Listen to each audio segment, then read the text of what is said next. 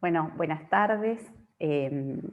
Estamos de nuevo en un encuentro de herramientas constitucionales, desde Cayuso Constitucional y Rupturas Inteligentes. Lo que estamos tratando es de generar un espacio para el desarrollo de habilidades ciudadanas a partir del conocimiento de la Constitución, los derechos y las garantías, de alguna manera acercar la Constitución al ciudadano.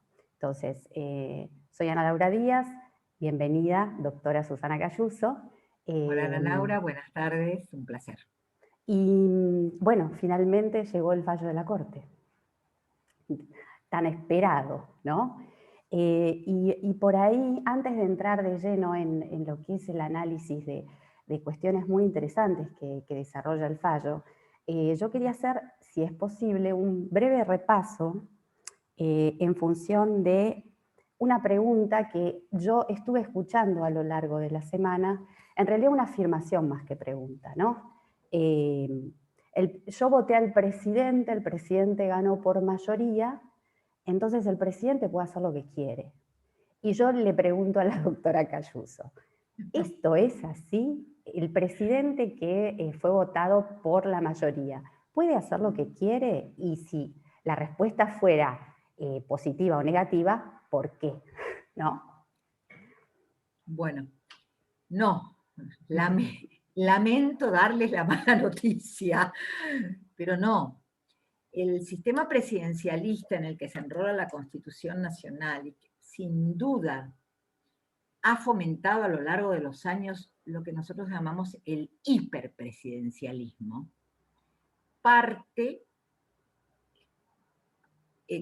tiene como origen esa concepción.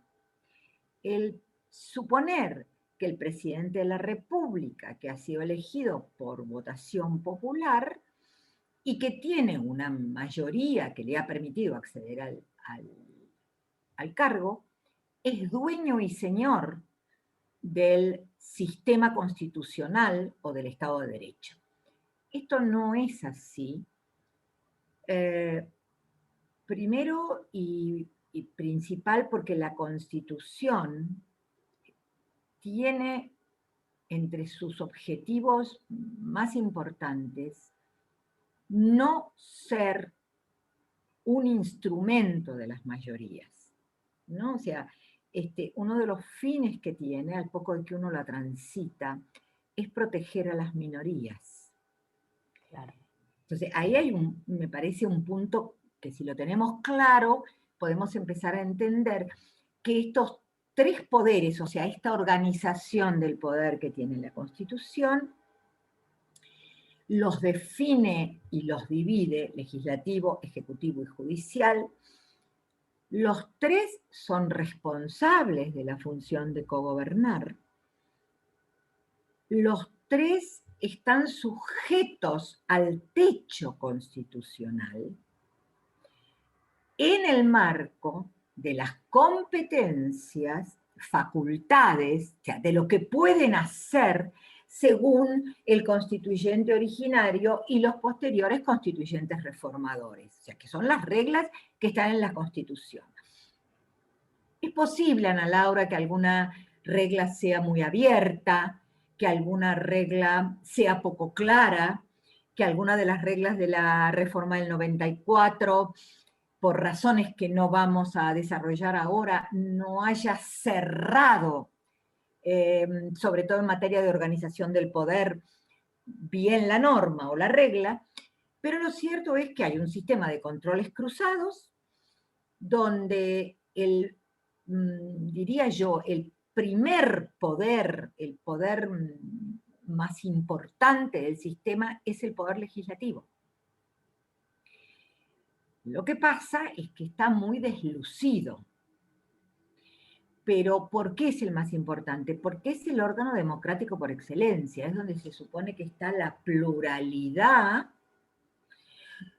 de opiniones y de concepciones, con independencia de que hay una mayoría que seguramente coincide o forma parte de la fracción a la que pertenece el presidente de la República. Claro. Pero no, o sea, el presidente de la República tiene una serie de límites que el que primero se los tiene que poner es el Poder Legislativo. Y en última instancia, y será el Poder Judicial, Ana Laura, porque no tenemos otro sistema. No sé, alguien me puede decir, bueno, a mí este sistema no me gusta. Bueno, ahí discutimos en otro plano, ¿no? Claro. Entonces, pero el sistema de poder de la Constitución es uno, y tiene que ver con competencias que tiene el gobierno nacional, en términos genéricos, digo, ¿no? Y ahí hablamos legislativo, ejecutivo y judicial, y que tienen que ver con facultades propias y exclusivas delegadas por las provincias. Luego están las facultades que se reservaron las provincias para su ámbito territorial. Y finalmente está lo que llamamos las concurrentes, donde deberían trabajar ordenadamente, nación y provincias. Bien. Esta es yo estoy hablando de la Constitución Nacional. Después vamos a tener cada una de las provincias, por el artículo 5 de la Constitución, tiene su propia organización interna, dicta su propia constitución, tiene que asegurar una serie de principios y valores de la Constitución Nacional. Y Cava tiene su constitución a partir del 94. Quiere decir, a partir de ser reconocida, luego dicta su constitución, que es la Constitución de la Ciudad Autónoma de Buenos Aires. Esta es más o menos la estructura. El presidente está limitado en el marco constitucional. Y ni siquiera la invocación de la emergencia lo habilita para excederse, para salir de ese marco constitucional. Así por lo menos debería ser. Una cuestión que yo te quería, o que quería aprovechar por ahí para aclarar es esto. También escuché durante esta semana afirmaciones tales como yo elegí al presidente y no elegí a la Corte, no elegí a los miembros de la Corte. Entonces, por ahí sería bueno explicar cómo se eligen los miembros de la Corte, aunque sea de manera llana, para que se pueda comprender esto. Sí, yo también lo escucho. Bueno, en realidad esta semana se han escuchado una serie de manifestaciones que en algún caso son un poco alarmantes, porque también denotan de alguna forma el poco contacto que de pronto puede ser que tengamos los ciudadanos con el texto constitucional, ¿no? Uh-huh. Es una vieja discusión esto de la Corte y que no es elegida popularmente, e incluso desde el punto de vista de la teoría constitucional se habla de que es un contrapoder. En realidad podríamos discutir sobre esto, pero lo cierto es que es un sistema el que adopta la Constitución, es el mismo que el de la Constitución de los Estados Unidos. Insisto, podemos no estar de acuerdo, podríamos proponer otros, sí, podríamos proponer otros, pero el que tenemos es este, y sí recordamos que la Constitución es la norma fundamental, o sea, está en la pirámide. Si hiciéramos una pirámide, la primer norma operativa y vigente es la Constitución, y a partir de ahí vamos descendiendo hasta llegar a la sentencia como norma individual. Entonces, ¿qué peculiaridad tiene el sistema? Yo, para que por ahí se pueda entender, y vos agregá o bordalo como te parezca, pero es la elección de los miembros de la Corte. Me voy a centrar en los miembros de la Corte, pero se aplica también a través al Poder Judicial de las instancias inferiores. Pero vamos a la Corte, que es la cabeza de uno de los poderes, ¿no? Que tiene, sí, claro. Es, para mi gusto, de elección democrática indirecta. ¿Qué estoy intentando decir con esto? Es, ¿quién va a elegir a los miembros de la Corte? Las va a elegir el presidente de la República, que representa y accedió al cargo por una mayoría en la votación popular, de extracción netamente democrática, y el Congreso de la Nación, el Poder Legislativo, el Senado más precisamente, que también tiene legitimidad en orden a la elección democrática. Entonces, en el orden nacional y en el orden de cada una de las jurisdicciones. Entonces, ese acuerdo del Poder Legislativo, más el presidente de la República, es lo que le da el carácter, me parece a mí, para que sea entendido, de que estamos en presencia de una elección de democracia indirecta. Y si me preguntás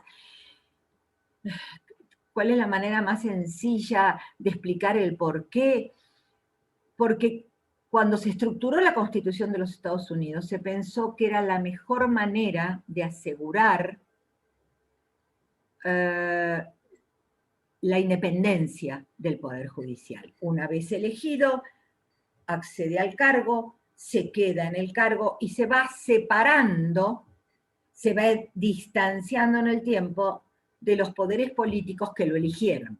Claro. O sea, si lo pensás racionalmente, es muy bueno el sistema. Claro. Está muy pensado como esta cuestión de límites, pero además, Ana Laura, en un marco de república democrática. No es cualquier democracia, está calificada por el término república, división de poderes, publicidad de los actos de gobierno, responsabilidad del funcionario público, bueno, todo aquello que nos enseñaban en la instrucción cívica. Y en definitiva, lo que por ahí es conveniente tener en cuenta es que cuando se eligen, por ejemplo, a miembros de la Corte, lo que tienen en cuenta es, digamos, el ejercicio que han tenido, la experiencia, el conocimiento, la idoneidad para ejercer el cargo, más allá de los acuerdos políticos que se puedan hacer, porque además como el miembro permanece en el cargo, más allá de que vaya cambiando el partido político que tiene a su cargo el Poder Ejecutivo, digamos, es una forma también de ir controlando lo que hacen el resto de los poderes, ¿no? Tanto a nivel ejecutivo como legislativo. Sí, sin duda el Poder Judicial es un poder que no tiene ni espada ni bolsa de plata, ¿no? Claro. Pero tiene un poder grande dentro del sistema. Por eso normalmente, escuchaba yo ayer hablando de las crisis en Latinoamérica a raíz de los últimos acontecimientos en distintos países de Latinoamérica, que hay determinados sistemas que necesariamente se quieren apoderar del Poder Judicial. Esto es independientemente de las reformas que pueda necesitar el Poder Judicial, porque el Poder Judicial es posible que tenga, no en su generalidad, pero sí en algunos aspectos, las mismas patologías que tiene el Poder Legislativo y el Poder Ejecutivo, ¿no? Porque salen de un mismo tronco. Entonces, esto también hay que entenderlo cuando uno hace críticas. Pero evidentemente, por ejemplo, esta corte. Esta corte es producto de la primer presidencia de Kirchner. Claro. O sea, concretamente, ustedes recuerdan, hubo juicio político a la corte anterior, renuncia. Y además es una corte que tiene una composición federal muy importante. Si nosotros analizamos el origen de los ministros, vamos a ver que hay una importante composición federal. Esto es importante en un Estado federal, es determinante, es determinante.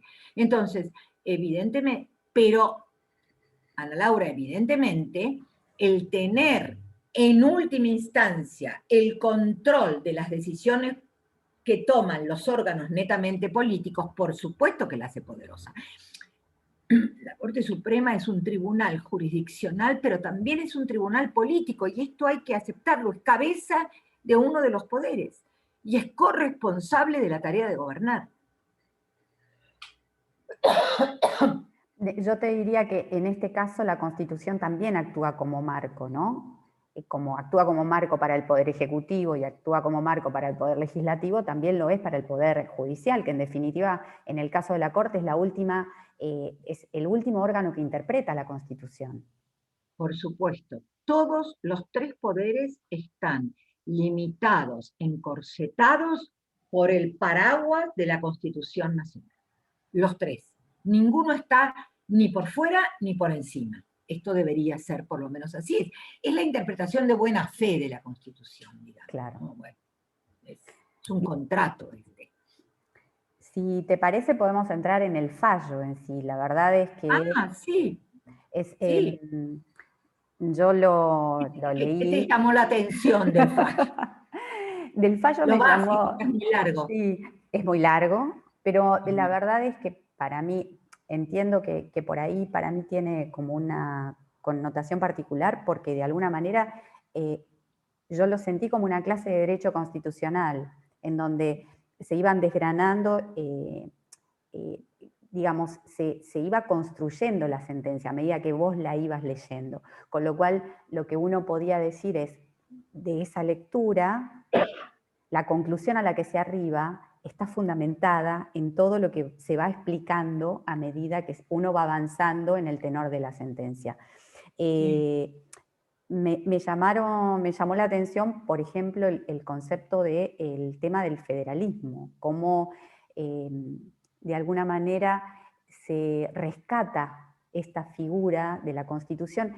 Y a mí lo que me llama la atención es justamente en un caso de Cava que se rescate el federalismo, porque Cava en este caso es una provincia más, ¿no? Y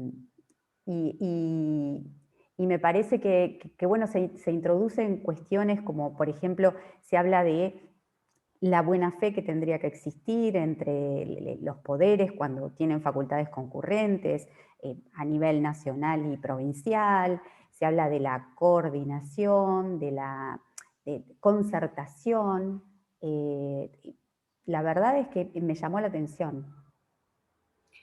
Sí, vos sabés que la verdad que es uno de los fallos de la Corte que me parece importantísimo por el modo como define, como interpreta el federalismo argentino. Lo cierto es que el Estado federal argentino está fuertemente golpeado desde hace años, precisamente por la concentración de poder del Estado nacional, ¿no? En este fallo es como una bocanada de aire puro para entender qué es el federalismo argentino, que tiene sus particularidades, no es igual que el federalismo norteamericano, no es igual. El Verdi lo construyó de una manera más limitada que el federalismo norteamericano, pero realmente esto de revisar las facultades de cada una de las provincias en orden a aquel poder que no han delegado en el gobierno nacional, y el respeto que el gobierno nacional debería tener en el marco de este federalismo hacia esas facultades no delegadas, sin perjuicio que en este federalismo, como decías vos recién, de concertación, coordinación, cooperación, fuertemente, yo diría, vigorizado a partir de la reforma del 94, existe una debería existir una articulación entre el gobierno nacional y el provincial.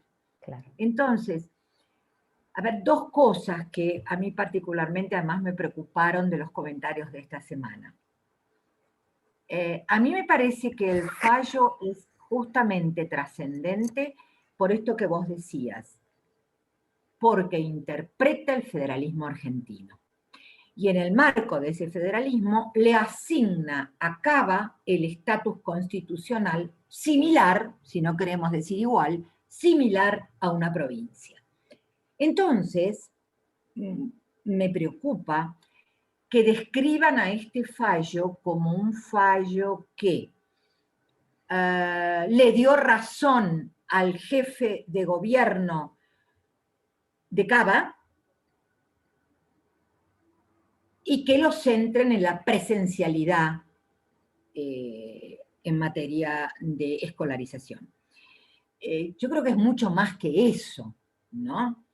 Y lo otro que también me preocupa es que es un fallo que tiene argumentos jurídicos constitucionales. Por lo tanto, lo menos que puedo pedir es que quien lo va a cuestionar me contraargumente con argumentos jurídicos constitucionales. Esto de descalificarlo con argumentos políticos, sinceramente me parece que implica un desconocimiento importante del juego democrático republicano. No sé si soy clara, ¿no? Sí. Es cierto que digamos, no hay que perder de vista. Yo pensaba cuando salió el fallo, no había tenido la oportunidad de leerlo, había leído algunas cuestiones que habían salido en los medios de comunicación, una especie de resúmenes de los votos y demás. Y lo que yo pensaba es, uno podría interpretar, como bien vos decías, ganó el jefe de gobierno de la Ciudad Autónoma de Buenos Aires. En realidad yo lo que creo es que este fallo lo que hace es aplicar la Constitución, con lo cual ganamos todos, absolutamente todos. Un tema también que me resulta interesante y que nosotros habíamos charlado antes de que saliera el fallo tiene que ver con el concepto de emergencia, ¿no? Y cómo el fallo avanza sobre esta cuestión y plantea que es cierto, en momentos de emergencia se pueden llegar a restringir las facultades individuales, ¿no? Y que el fallo destaca el tema de la temporalidad, o sea, no puede ser eterno, ¿no? Porque si es eterno, ¿qué pasa? Es como que... Bueno, si es eterno y en el marco de esa emergencia vos pretendés que el Poder Ejecutivo tenga la suma del poder público, para decirlo de una manera brutal, pues nada, que lo que haces es barrer con todas las facultades y competencias que forman parte de los otros poderes del Estado, entre ellos de las provincias, integrando el sistema federal. O sea, la emergencia es un instrumento de naturaleza constitucional, no específicamente abordado, ¿no? Está mencionado en el 99, inciso tercero, ¿no? Pero que nunca puede significar que podés salirte del marco constitucional. Lo que puede significar es que tengas como poder una mayor facultad para restringir algo más en forma temporal, como decís vos, excepcional, bien acotada, algunos derechos individuales. A ver, yo te quiero recordar, Ana Laura, porque en esto que estábamos diciendo recién de esto de rescatar el federalismo o la otra postura que hoy le hizo un favor al jefe de gobierno, es que en el fallo Formosa, sí, la Corte dice que la provincia de Formosa, en el marco del Estado federal, tiene el poder de policía para regular determinadas materias dentro de la cual está la salubridad. Pero el problema es si excede el marco de la regulación, si se extralimita en la restricción.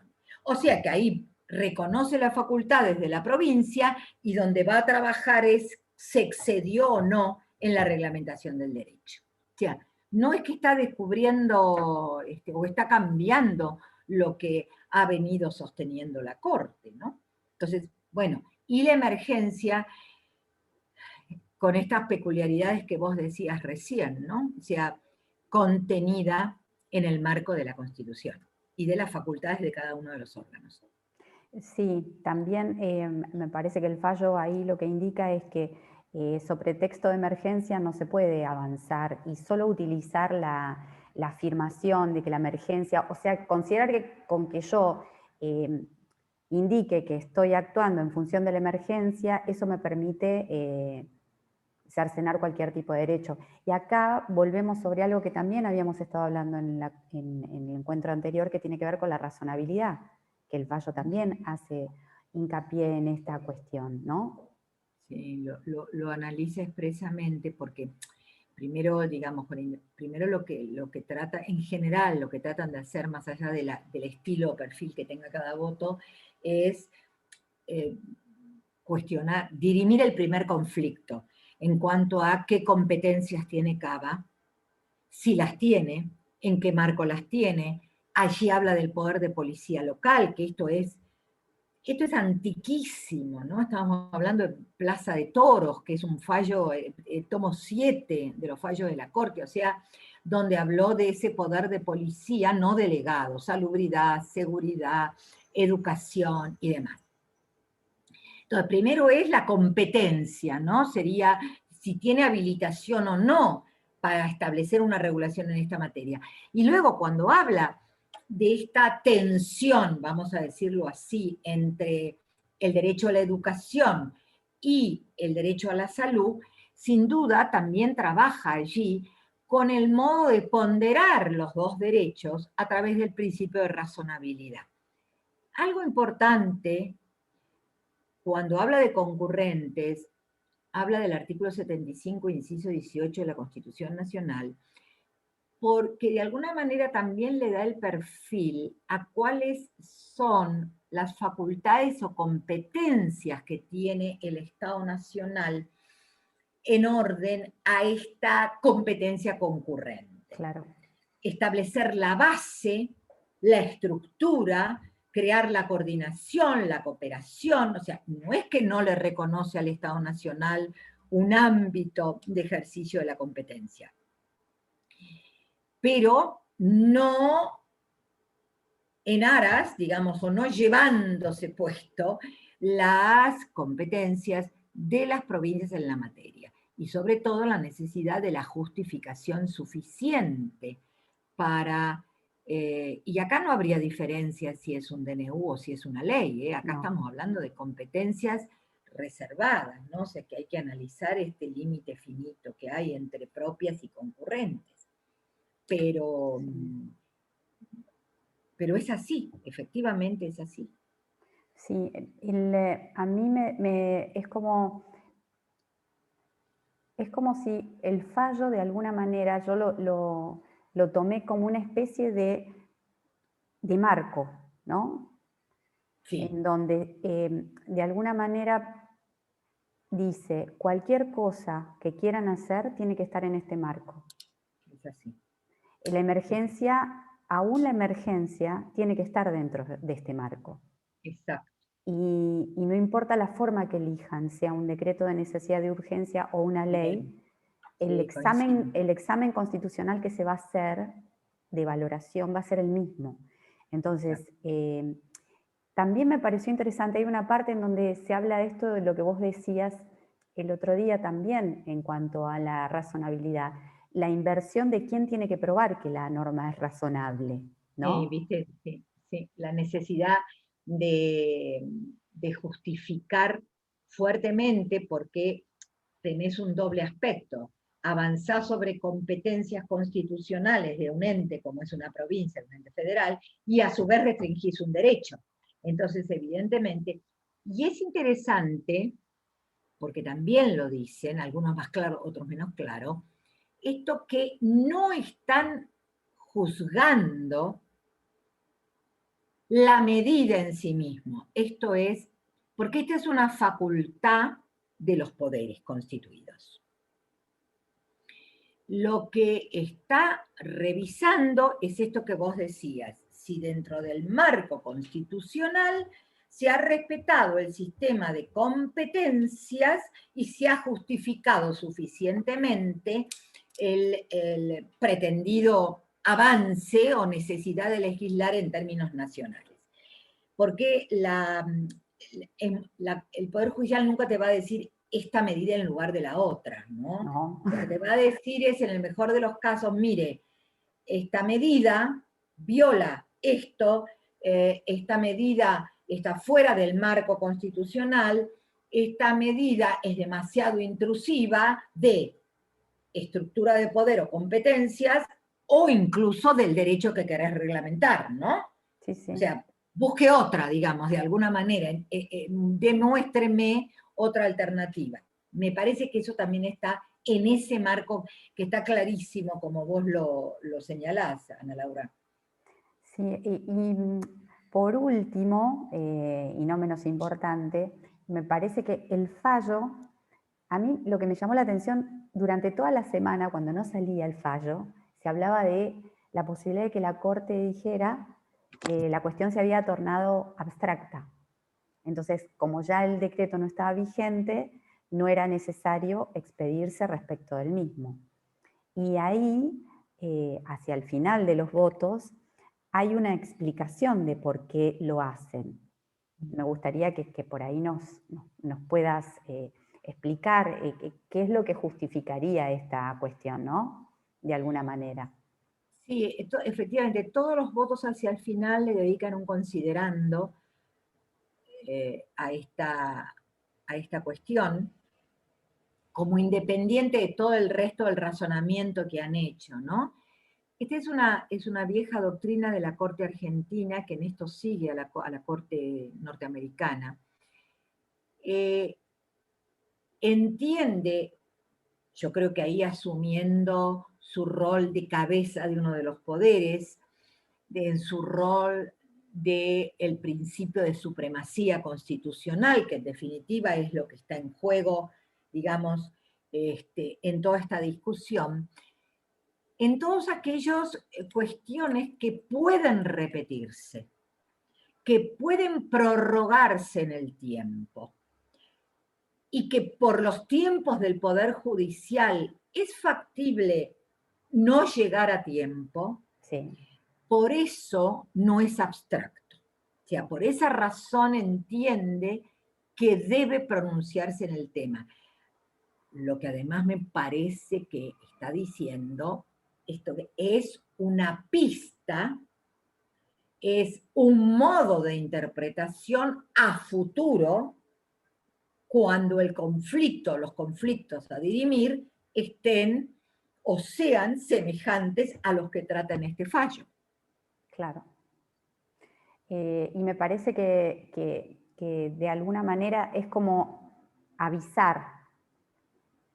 Sí. Si se llega a dar la misma situación, se va a aplicar este precedente, porque ya Exacto. explicamos. Entonces, Exacto. si realmente uno puede hacer una lectura interesante también podría ser, ¿no? En función de lo que dice la Corte, ¿qué tengo que corregir del procedimiento que llevé a cabo para ver qué Claro. es lo que tengo que hacer, con qué cuestiones tengo que cumplir? O sea, son reglas claras, ¿no? De alguna manera. A mí Sí. es como si, que me parece que cuando uno recurre a la ley, lo que busca es esto, saber de antemano cuáles son las reglas para saber qué voy a discutir y con qué herramientas cuento. Sí, hoy creo que escuchaba o leía, ya no lo recuerdo, que es esto de qué es lo que hace que a la política le cueste tanto entender que hay reglas jurídicas que deben ser cumplidas.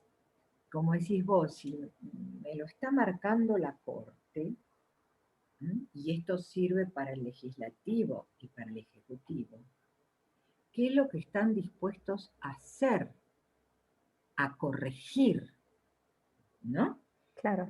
A adecuar, a realizar una toma de decisión conforme, ¿no?, a la Constitución. Este conforme es porque no es que no se pueda, sino que las alternativas están. ¿Por qué insistir? Claro.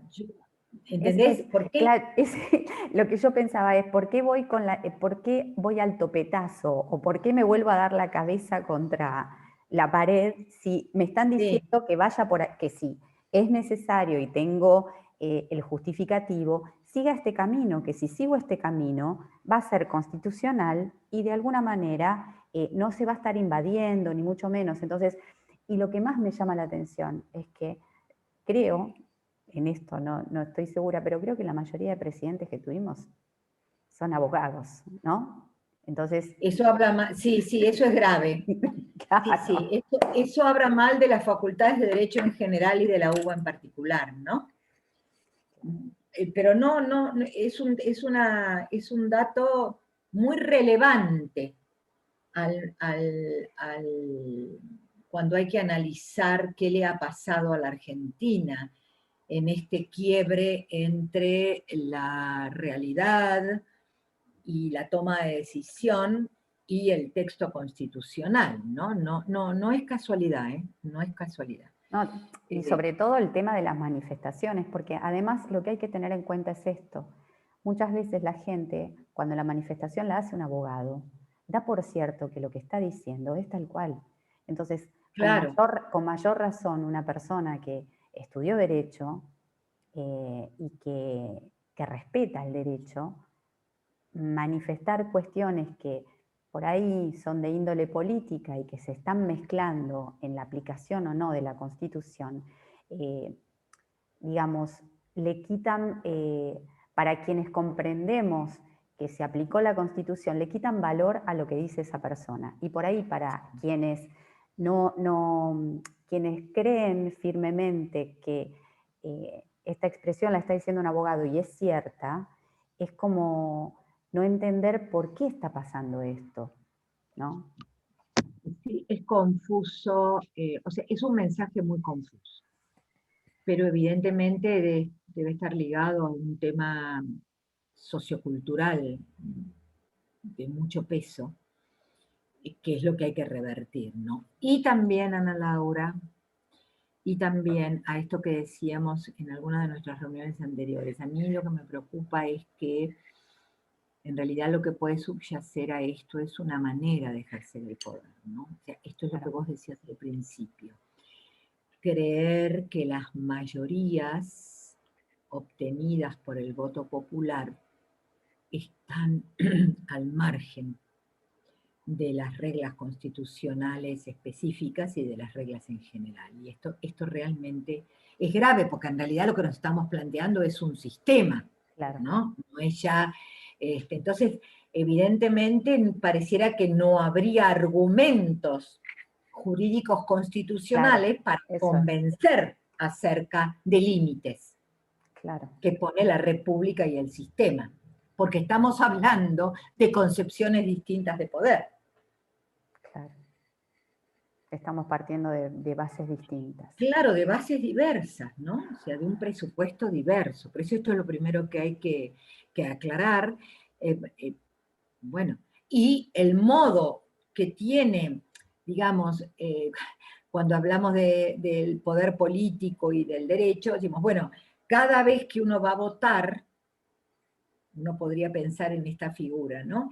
Cada vez que uno va a votar, el poder político vuelve a manos del pueblo, Claro, ¿no? Que se sí, entiende, o sea, sí, sí, lo vuelvo a tener y ahora vuelvo a darlo.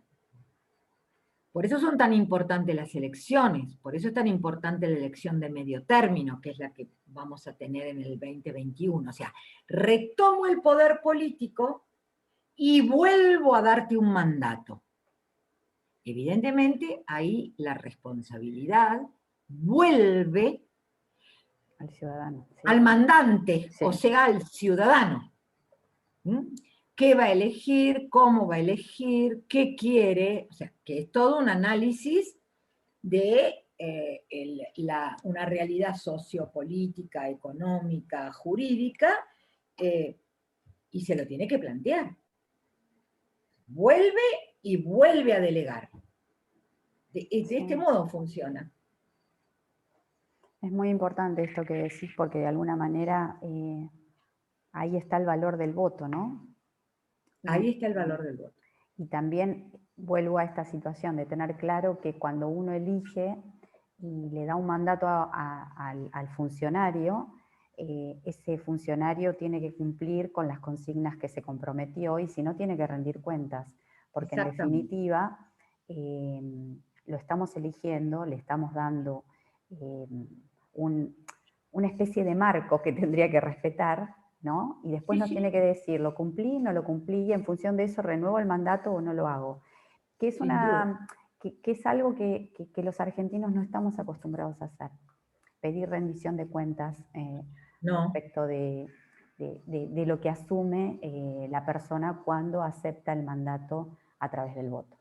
Sí, claro, porque en realidad puede haber legalidad en el modo de acceder al cargo, pero puede haber ilegitimidad en el ejercicio, Claro. ¿no? Son dos cosas distintas. O sea, una es cómo accedo al cargo, mediante qué procedimiento avalado en el sistema, y luego, como decías vos, es de qué modo ejerzo y entonces qué grado de legitimidad mantengo en el ejercicio de ese cargo. Pero bueno, es seguramente algo que todavía la sociedad argentina tendría que revisar y además distinguir lo que es una elección presidencial de lo que es una elección legislativa. Y de la Y importancia que tiene la legislativa, ¿no?